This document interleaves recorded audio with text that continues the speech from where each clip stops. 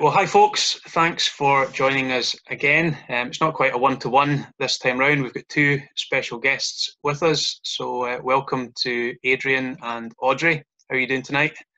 Doing great, yeah. Thanks for asking us, guys. Yeah. They've got a very interesting story to tell, lots to try and pack in. We'll get onto that in just a moment or two.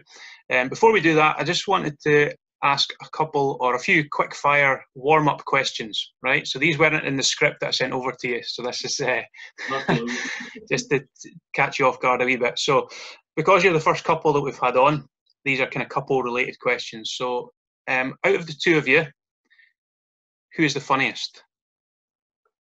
I think we'd have to say I do like a joke. Audrey's quite funny too. laughing anyway. Out of the two of you, who's the more organised? I think we probably know the answer to that one.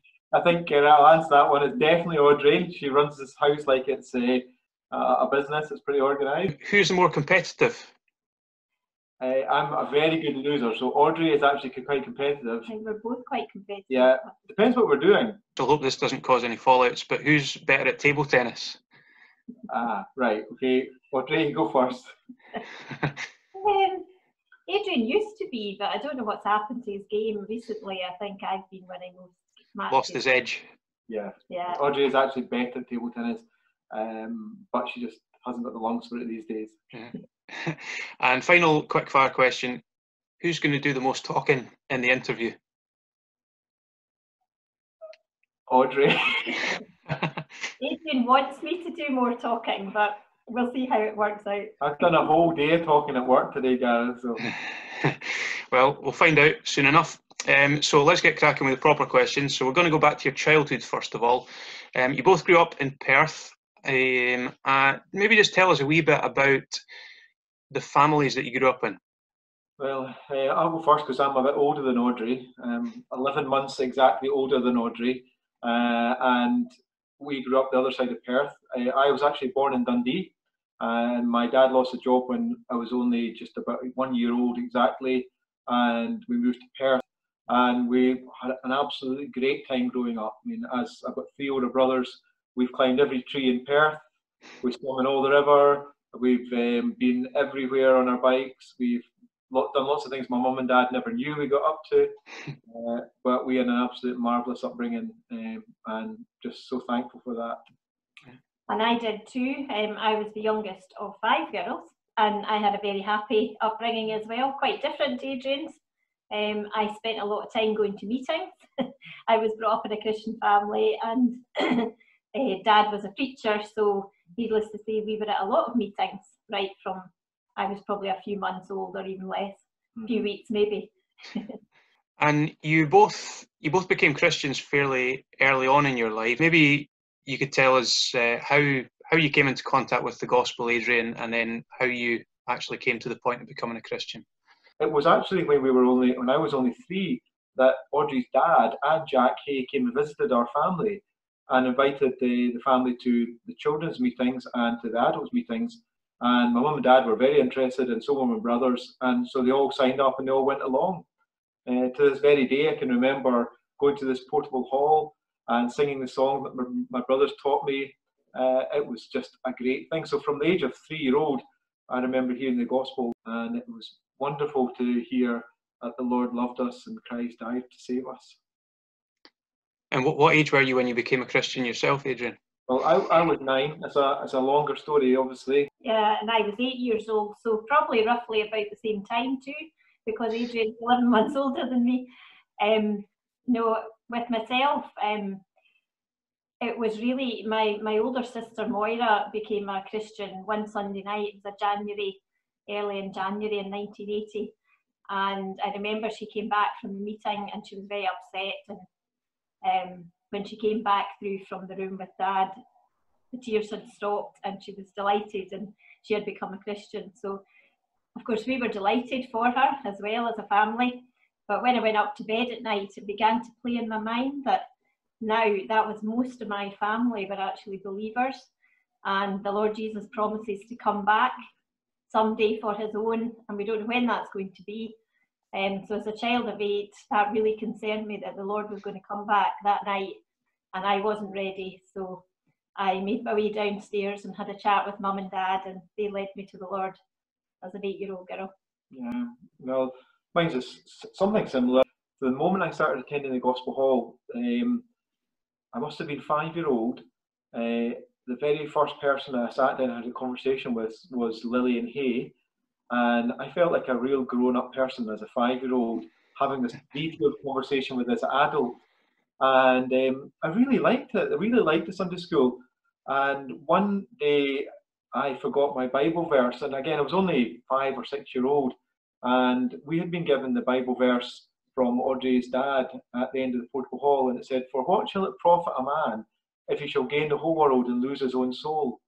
And because I'd lost my Bible verse, my mum and dad thought the verse that I could learn was the one that was on the wall now, that John and Jack had given my parents. And so I memorised that. So from the age of 5 or 6, I realised that my soul was precious and that the Lord loved us. When I got to the age of 9, I remember having a conversation. I was probably what you would call under conviction, where the Lord was speaking to me. And my big brother Peter, who I still look up to all the time, he's a great brother to me. Not that my other brothers aren't, they're great as well, but I always looked up to my big brother Peter because he was the oldest. And he challenged me about the words of my favourite song, which was "Running Over, Running Over." And in that song it says, "Since the Lord saved me, I'm as happy as can be. My cup's full and running over." It's based on Psalm 23. And he says to me, "Can you really say, since the Lord saved you?" And that was a time when I wanted the earth to swallow me up, because I didn't want to answer that question, because I knew I hadn't put my trust in the Lord. I was interested in these things, but hadn't believed in the Lord for myself. And I went and I trusted in the Lord, and the Lord saved me. And the rest is wonderful blessing from God. Yeah. Wow. And we're going to see how your faith has impacted upon your lives as we go through the interview. But I want to take a wee bit of a sidestep before we come to some of those things, and just speak about how you actually came to meet one another. We've already seen how your families have been connected from, I think, since you were about 3 years old, by the sound of things, Adrian. But can you remember the first time that you met one another? Yes, I can. I remember it because we were Church Scotland, my mum and dad were very, very respectful of folks who were religious teachers or preachers.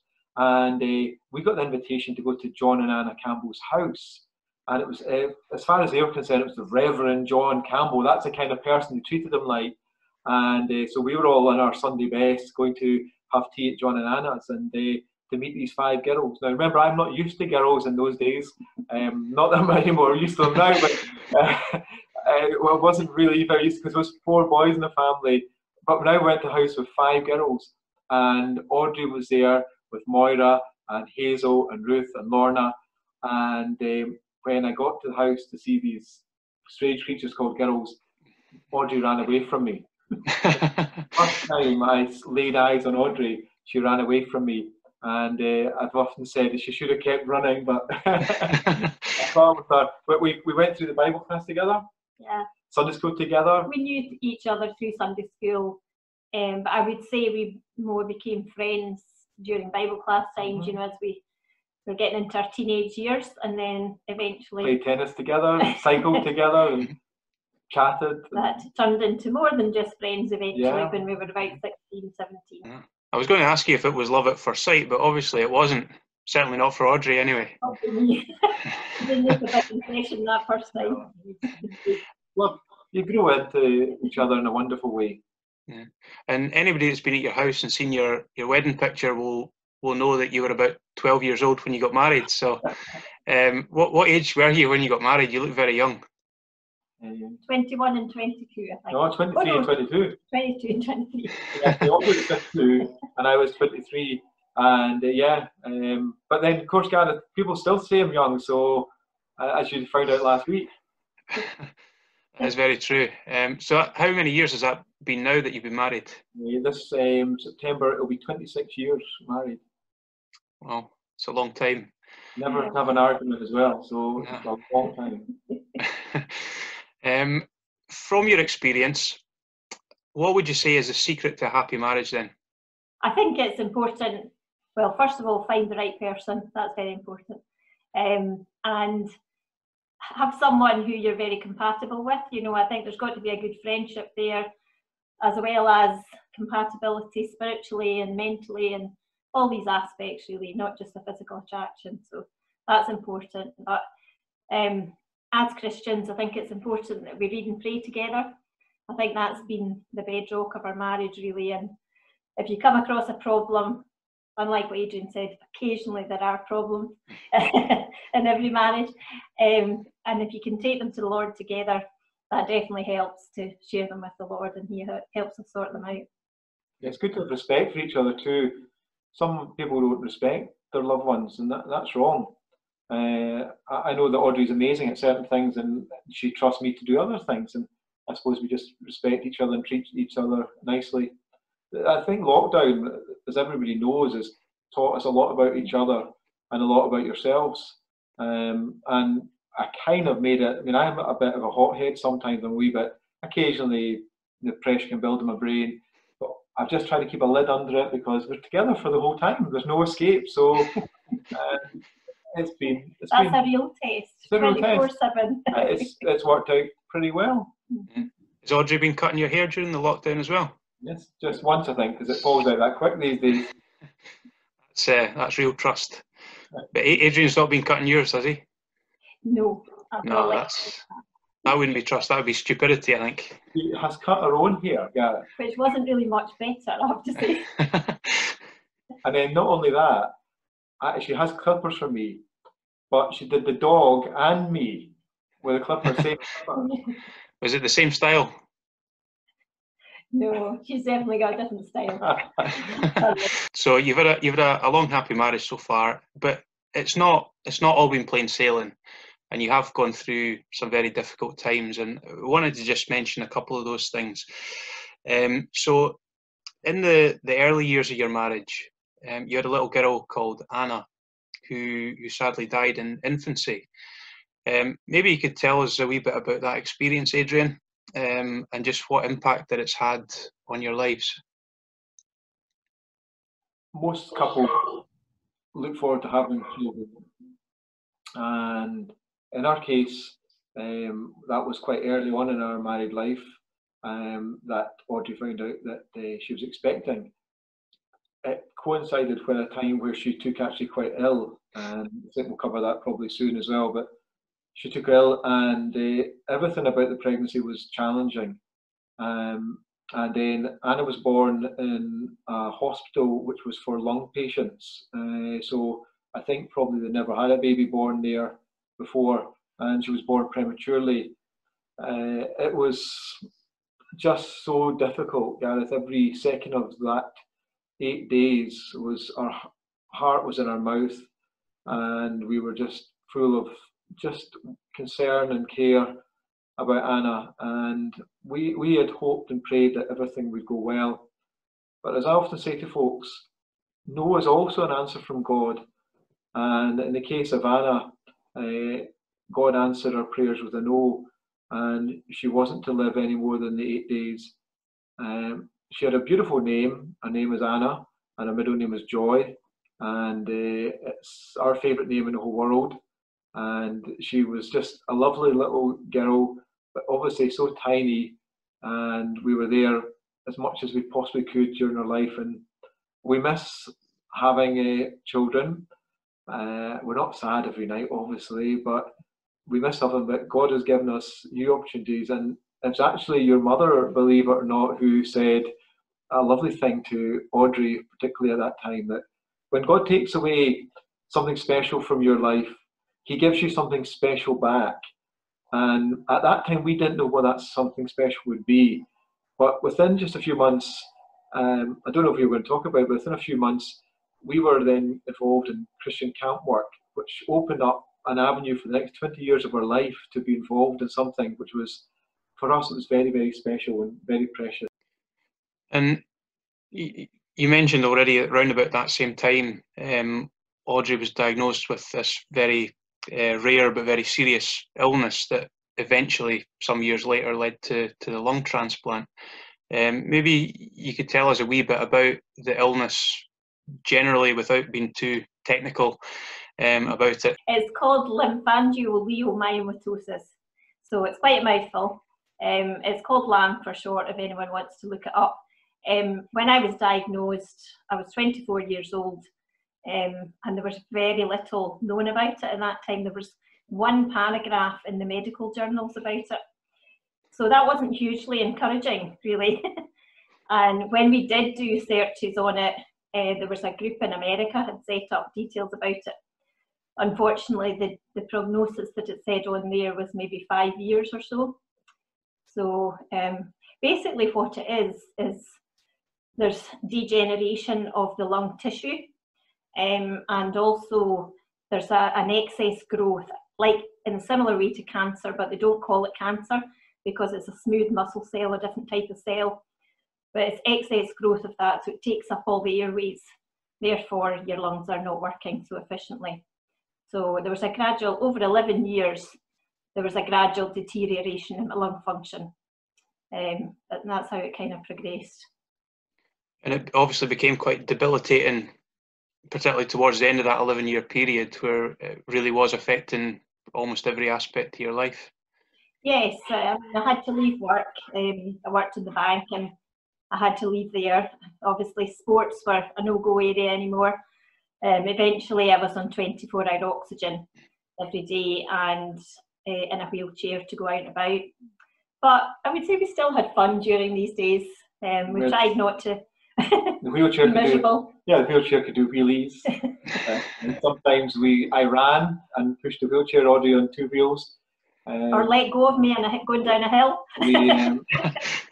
We were in London one time and we'd been at Buckingham Palace. We'd actually got permission to go in Queen's Gate and up the Queen's lift kind of thing and use Queen's toilet, which is something that many folks haven't done. It was very interesting. You do get special privileges and with a wheelchair. Straight after that, we decided we'd go to Madame Tussauds. So the best way to do that was walk. It's quite a walk from Buckingham Palace to Madame Tussauds. And then we came to this underpass. And there was no ramp, wasn't there? There was a ramp down, but no ramp back up again. It was bizarre. And at the bottom, there was a drunk beggar, and he got off the ground. He saw me struggling. And he offered to give Audrey help and carry the wheelchair and things. So it was like really nice. And eventually, you did get the transplant that you'd been waiting for such a long time. But there was a few false alarms, wasn't there, when you went down to Newcastle and it didn't happen? Yeah, that's very true. Yes, it was a bit of a roller coaster at that time. We were 18 months waiting on the waiting list. Obviously, there's a great shortage of organs and it took a while to wait. It was the 9th call down to Newcastle. The transplant had to be done in Newcastle, so each time we were called, we had to make our way down there and then maybe to find out perhaps the lung was going to someone else or it wasn't any good, after all, when they looked at the lung more closely. So we were up and down that road quite a lot. And you always had your bags packed just in case you got the call as well? Yes, there's a story behind that, Gareth. I'm sure you've heard it. We always had the bag packed. It went everywhere with us. For 18 months. For 18 months. Every minute of the day it was with us. Until the day that we had the call. Because we had just got back from a holiday in the south of England. And Audrey decided it would be a good idea to wash everything in the bag. I decided they'd been sitting for quite a long time. I really needed to freshen everything up. So of course, we got the call when we were away from home. We were actually just going into the Monday night prayer meeting. It wasn't in the Gospel Hall at that time. We were in a temporary building. And we got there, got the call to go to Newcastle. And I said, suitcase is not in the car. So off we went with nothing at all. Clothes that we were standing in. And we weren't home for 8 weeks or something like that. 7 weeks, yeah. It must have been a sense of relief almost that you were now getting the surgery after all those false alarms, and this was hopefully going to be the thing that was going to help the condition and so on. But there was lots of complications in the aftermath, and it was touch and go as to whether you were going to pull through. What do you remember about that? Maybe Audrey, you don't remember much about it, but what do you both remember about that experience? Well, yes, we were both very peaceful going into the surgery, I have to say, and all the way down. you were asking about our favourite verse. You know, our favourite verse at that time was Jeremiah 29:11. For I know the plans I have for you, says the Lord. And that verse, every time we got the call, that verse kept coming back to us in one form or another. So we did feel that it was God's will that this we would go for the transplant, and we just trusted Him. And we did have a great peace, really, as we were going into that, although the risks were very high. As for the aftermath of that, yes, I don't remember any of that for the first 2 weeks. So possibly Adrian's better to answer that one. It was another one of these bizarre experiences in one's life where you strip away everything in your life. You know, I was talking about the clothes that I just had the clothes I was on, and strange town, strange hospital, on your own, no one there to help, as it were. And what do you do in a crisis? Because what happened was Audrey and I are always very upbeat, went in to see Audrey after her transplant, and the first glimmer of bad news started to trickle out that Audrey wasn't performing very well after her transplant, and then she was getting worse and worse and worse. I remembered that I've got a dear friend down there called Jim McMaster, and I don't know why I didn't think of him first. And Jim came, immediately dropped everything, came, and Jim is a unique character, and he prayed. Now, when I say prayed, we're all good at saying church prayers, let's be honest. But Jim prayed in a manner that I've probably never seen before or after. He was just brokenhearted before the Lord on the floor, praying that God would spare Audrey. And in some ways, I might have thought he was over the top, you know that? But the Bible talks about wrestling with God, and Jim was doing that. But as Jim prayed, it was just God answering that prayer, because we heard the footsteps of the surgeon, and this must have been now about 2 o'clock in the morning, and we're just expecting the worst.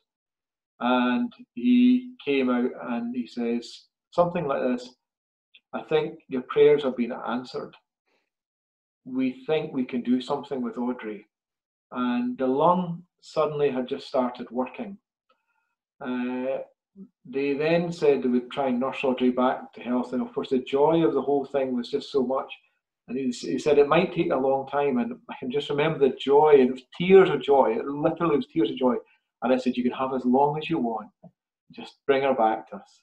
And in God's goodness, it wasn't actually that long. It was 7 weeks or so that Audrey was in hospital, 4 weeks in intensive care, 7 weeks in total in hospital, and then probably a year to recover a fair measure of health after that. That's an amazing answer to prayer. And I was going to ask you, Audrey, what's Adrian like as a nurse when he was looking after you in that recovery period? He was pretty good, actually. And he would have done anything. In fact, one of the times when all our family was round after I was home, my brother-in-law said to everyone, now just watch this. I'll ask Adrian to do something, just wait and see his reaction. So when Adrian came through, Adrian, Audrey's needing something in the kitchen, and he was straight through to get it. It was absolutely instant. Anything I needed. So yes, he was very good, very kind. I suppose naturally. And Mum was a great help as well. Oh, your mum was amazing. And yeah. It was great. I mean, I got on brilliant with Anna. This is a big story in itself, but I'll just abbreviate it. During that time, I was sleeping in a bed which had a feather duvet and feather pillows. I'm allergic to feather pillows and feather duvets. Never had a minute's problem, not 1 second's problem. I suffered a lot from headaches at that time. Never took a single headache tablet for the whole period of time. Everything just never had a cold or anything. Never had a cold. Because Mum and Adrian were the only 2 visitors that I was allowed in. So you're only allowed 2 visitors, and it always had to be the same 2 visitors. But neither of them took on well the whole time, you know, so they could keep visiting. Well, everything just worked out in the most wonderful way. Audrey got more cards sent to her than anyone ever before. Audrey had cards from all over the world, including this very precious one. I hope they're listening to this, but the Macleays, Coralie and Gordon Macleay out in New Zealand, who we never heard of in our life before, wrote sending a parcel of goodies for Audrey and I, and a letter from every one of their children. And they have a good sized family, all wishing Audrey well and praying for Audrey. Mm-hmm. So it's folks from New Zealand, from the South Pole to the North Pole, all interested in Audrey. I used to get a delivery every morning from the postman, you know, who'd come in with all my post, and the nurses eventually said, are you actually a celebrity? And you just Well, I used to sing to Audrey in the intensive care, didn't I? Because when it's quite difficult, guys, when somebody's lying, unable to speak, unable to respond to you. What do? It's hard to pass half an hour with a person that's not responding. And so I used to sing to Audrey. I don't and read to me and as read well, to you, read the Bible. and pray and just try and crack jokes and things. And we had nurses loved them coming in. Up their day. right up their day. and from that, you then wrote the book, Adrian, Kept Safely Kept, which went on to become an international bestseller. Where did the idea for that come from? When Anna had been born, I did say at that time, rather jokingly, that I might write a book. Somebody said to me, nobody wants to read a book with a sad ending. And I thought, that's quite true. So I parked it. And then when Audrey got the transplant, I think after maybe the first year as she started recovering, we thought maybe we'd write a book. But it actually took 3 years to write, not because it literally took 3 years of work, but I got scunnered halfway through, to use a good Scottish word, and I just put down my pen and never wrote another word for a year. And then I just knuckled down and got on with it, because we come to chapter 7, where is the one about Anna, and it's very difficult to write. And so it was written, every word was written through in tears. And we now get people who read the book who send us a complaint afterwards saying, my wife has been crying all night. But it does have a happy ending, the book. Yeah, it's a good read. And am I right in thinking that the book can still be found and purchased in all bargain bins in every good Christian bookshop? Yeah, well, actually, there's a story and a half itself. We had been giving out a lot of these books. Now, we never owned this book. We always bought the books ourselves. Everyone we were giving out because we had paid for. But it was on sale recently in the bargain bin in the bookshop. So we bought the entire world's stock of it. So actually, the only people in the world that own any of it is actually Audrey and I. So this is where I have a shameless plug. You go. If any of your listeners do want an absolutely free copy of the book, just contact you and we'll get you a free copy. If they want it signed, that's fine as well. We can do that. There we go. Special offer for anyone that's watching. Get in touch if you want a copy of the book. Final question on the book. If Steven Spielberg got in touch and he was interested in making it into a film, have you ever thought of who you would get as the main actors? So this is a subject of family talks all the time, Audrey. Oh, my nieces have talked about this for years. They've got it all planned out. Katie is going to play Moira, my sister, and Emma's to play me. I'm not sure who's Adrian. Prince William, I think. I was thinking a wee bit more A-list than Katie and Emma, to be honest, but I'm sure they would do a good job as well. And what about Tom Hanks, you know? Brad Pitt or someone like that? Well, we'll move on from the book. I want to just speak a wee while about some of the activities that you've been involved in serving God over the years as well. You did touch on the youth camps, and that really, your involvement in those began just not long after the loss of your little girl. Maybe you could just tell us a wee bit about how that came about. Yeah. In 1997, we were at the lowest we'd ever felt, and we were just, nothing was really working out, and it was very sad after Anna's death. And a very dear friend, Arthur Pollard, who had actually married Audrey and I, he just drew alongside us and said, would you like to do camp? Now, there couldn't have been a more unlikely couple to do camp. You know, we were at the lowest ebb of our life, and Audrey had been a bit poorly as well, and we, for some reason, signed up for camp. And it was just wonderful because we were able to share the gospel in a non-threatening manner. We were able to play games, which we absolutely loved, sport at that time, Audrey and I. We were able to do Christian activities, which we enjoyed. And it just seemed to be a new avenue for life opened up just right there and then. Audrey became a kind of camp counsellor, I suppose you would call it. And it was great for especially young girls who it's more difficult for myself to have the involvement with the young girls for obviously child protection and confidentiality and things. So Audrey was just used to sit with the young girls and discuss things, matters of life. There to chat if they needed it. It was lovely, and then eventually I was put in charge of the camp, and we've had some real hoodlums at the camp over the years. I was going to ask that. Is there any kind of memories that stand out? We had hundreds of young folks through the camp. I don't know, many young folks, and I think we liked them all. They really were great young folks. We had a lot of our family at the camp as well, because there was a lot of Fergusons and a lot of Campbells and Martins and lots of other ones at the camp. They were the troublemakers, weren't they? They were. On occasions. On occasion. Let's not go into that. they say the phrase, what happens at camp stays at camp. So we're not going to broadcast all the pranks that everybody got up to. Some of the leaders had great pranks as well. I remember Michael Wilkie and others, they managed to tape up my bedroom door. So when I opened it up in the door in the morning, it created a sort of vacuum, and lots of chips of polystyrene came flying through the door. They taped up the toilet with cling film. So when you went to toilets covered in cling film, they put a salmon in somebody's bed one night, and then somebody else put cornflakes in his sleeping bag. It was all great fun. It was all great fun. A lot of great people. We made wonderful friendships with people that we would never have met. Yeah, good times. And obviously those camps, it was primarily the teenagers that you were involved with.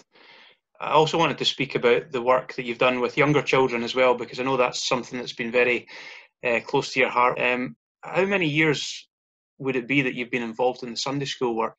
I would say late teenagers, and we were helpers at Sunday school. So quite a long time, but Adrian's been heading it up for 21 years, I think we worked out tonight.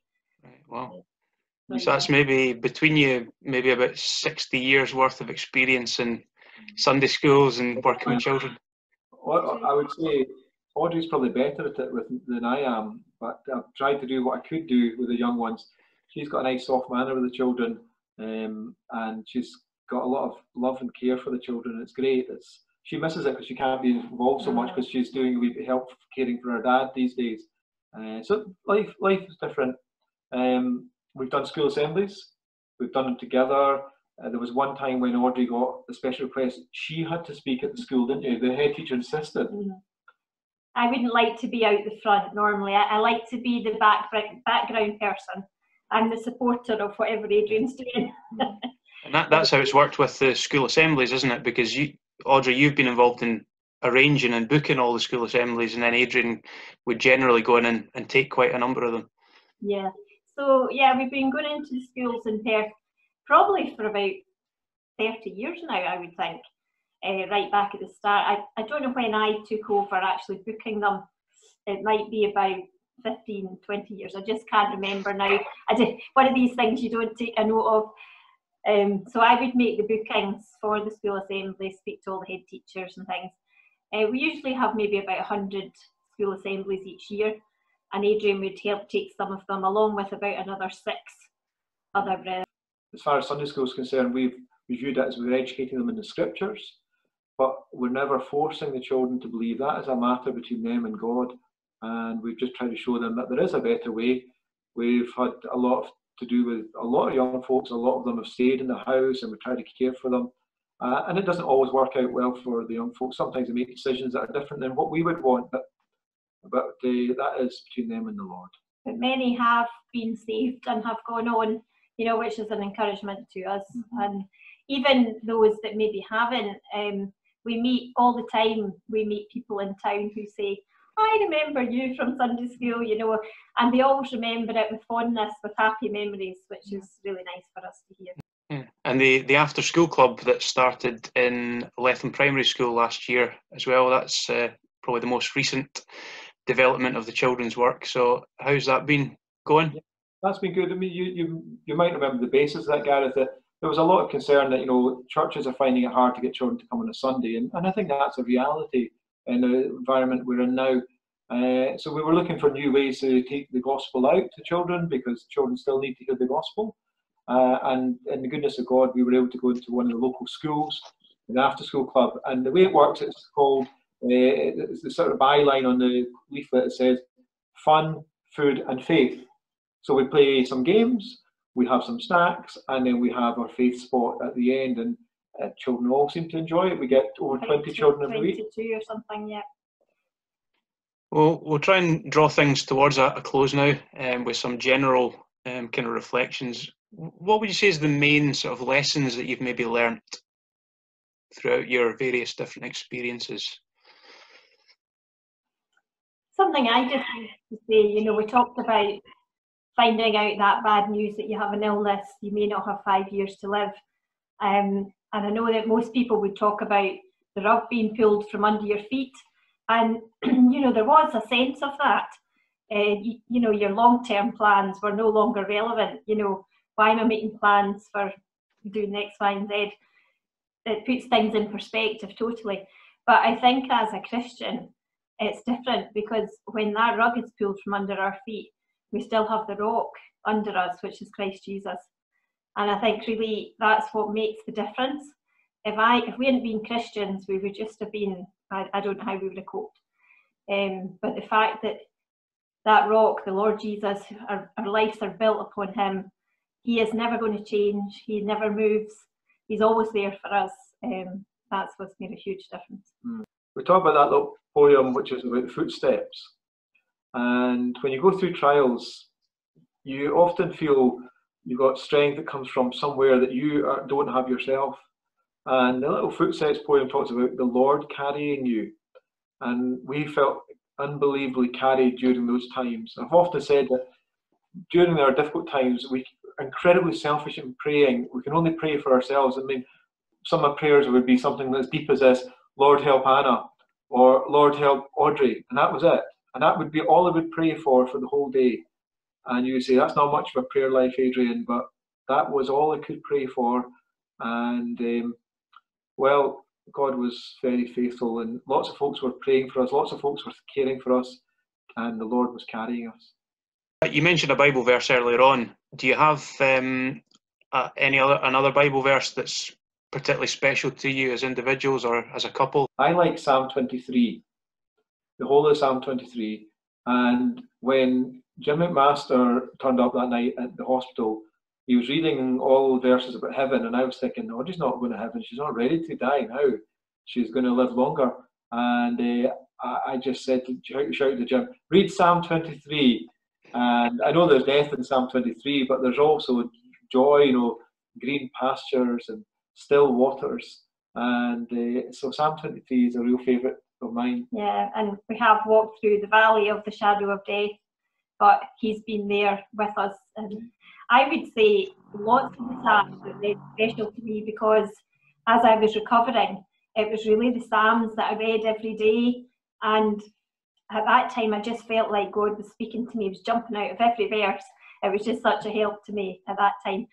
And I wish I was still reading like that, you know, and every verse was jumping out at me. So I'm not sure I would say I have a particular favourite verse, but definitely I love the Psalms. A great encouragement to me. And the final question then, which I've been asking to everyone as the final question: what have you been missing most during the lockdown period? We're missing company, I would say, definitely, aren't we? I tell you what I'm missing, Gareth, more than anything though, is the collective singing. Yeah. I don't claim to be a great singer, but I do enjoy good singers. And I love going to the Gospel Hall, even when we don't use music or anything, and we just sing our hearts out, praising to God. There's a hymn in the hymn book, and it's called "Gather to Thy Name, Lord Jesus, losing sight of all but Thee." And for the first 6 weeks, I think, of lockdown, I sang it every second of the day. From the moment I got up in the morning to the moment I went to bed. So our neighbours know it quite well now. Thanks very much to both of you for your time. It's been really interesting. And thanks to everyone who's watched as well. And hopefully you can join us again next week, and we'll have somebody else.